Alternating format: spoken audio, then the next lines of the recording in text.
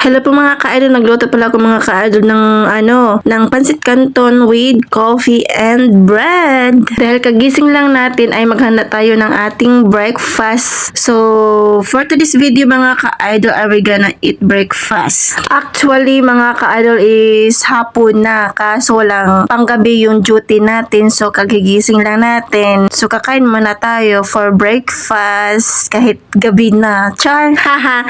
So, ngayon, for today's video mga ka-idol ay nagtitimpla tayo ng coffee.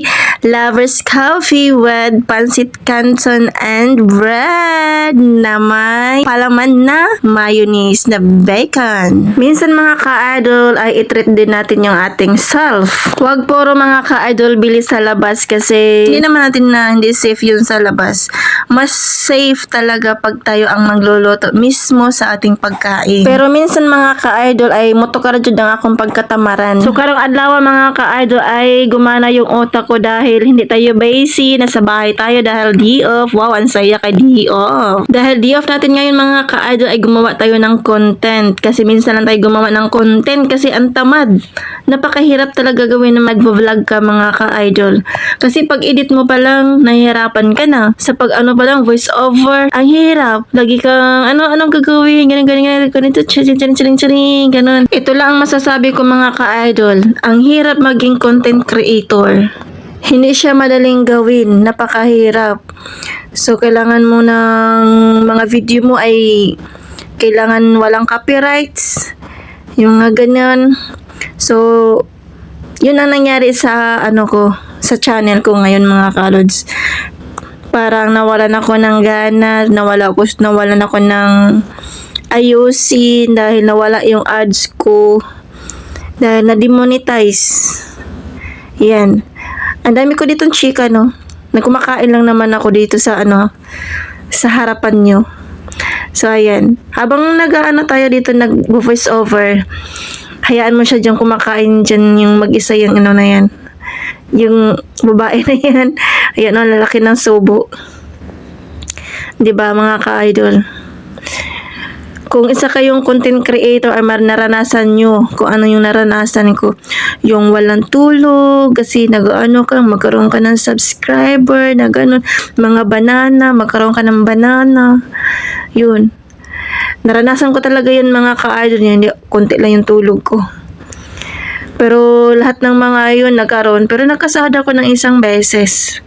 Yun lang. May in-upload lang ako na isang video. Ayun, nagkaroon na binawian ay ka ng kinuha niya yung ni Lolo yung ko, yung ads.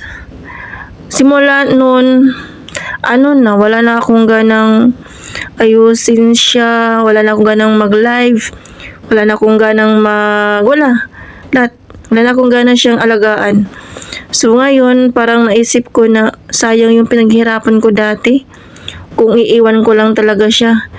Pagtiyagaan ko na lang siya talaga ngayon mga ka-idol. Balang araw, maayos siya or babalik yung dati. Sana babalik.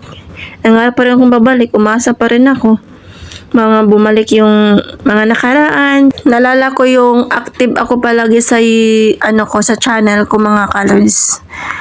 Yung bigyan mo talaga siya ng oras, ng panahon. Yun, naalala ko dati. Pero ngayon parang wala na. Ewan ko. Dahil ba sa nangyari sa channel ko na parang nadismayado.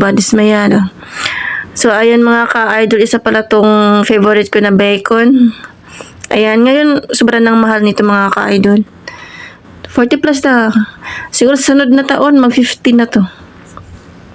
So, ayan. Favorite ko yung coffee.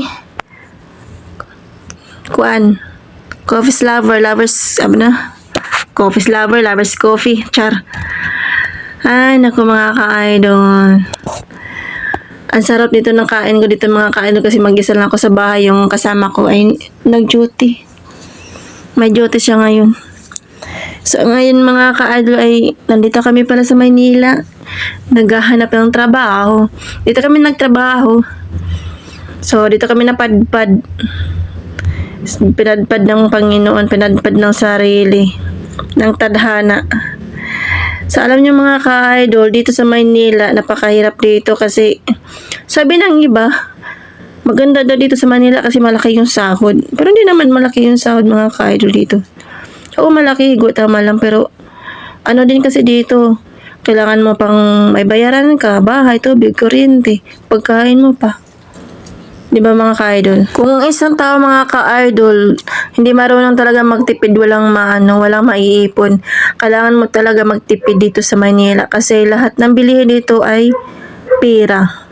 Lalabas ng pera. Hindi katulad ng probinsya, may bahay ka, magtanim ka ng mga kung ano-ano dyan na pwedeng maulam, mga gulay.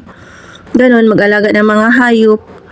So, ang problema na lang natin sa sa mga probinsya natin ay yung mga bigas sa ulam, may ibang mga kailangan, pero yung araw-araw na kailangan madadala yan yung mga katulad ng tubig, tsaka gulay, mga ganon, bahay, di na ka nang babayad. Di mo na bilihin yung iba. Dito bilihin lahat dito sa Manila. Kaya napakahirap dito sa Manila. Kailangan magtipid ka. Hindi ka basta-basta lang maggasto dito, gasto doon. Yan. Mahirap dito pag wala kang trabaho. Kasi nag-aabang ka ng nagbo-boarding house ka. Kung wala kang trabaho, wala kang mabayaran, baka makatira na lang tayo dito sa kanang kalsada. Dami ka dito nakatira sa kalsada, nakikita naman dito sa labas. Dito na sila natutulog, kawawa nga eh. So, ganun talaga ang buhay. Kailangan natin magsipag para sa future. God bless. Please subscribe and comment down below. Thank you.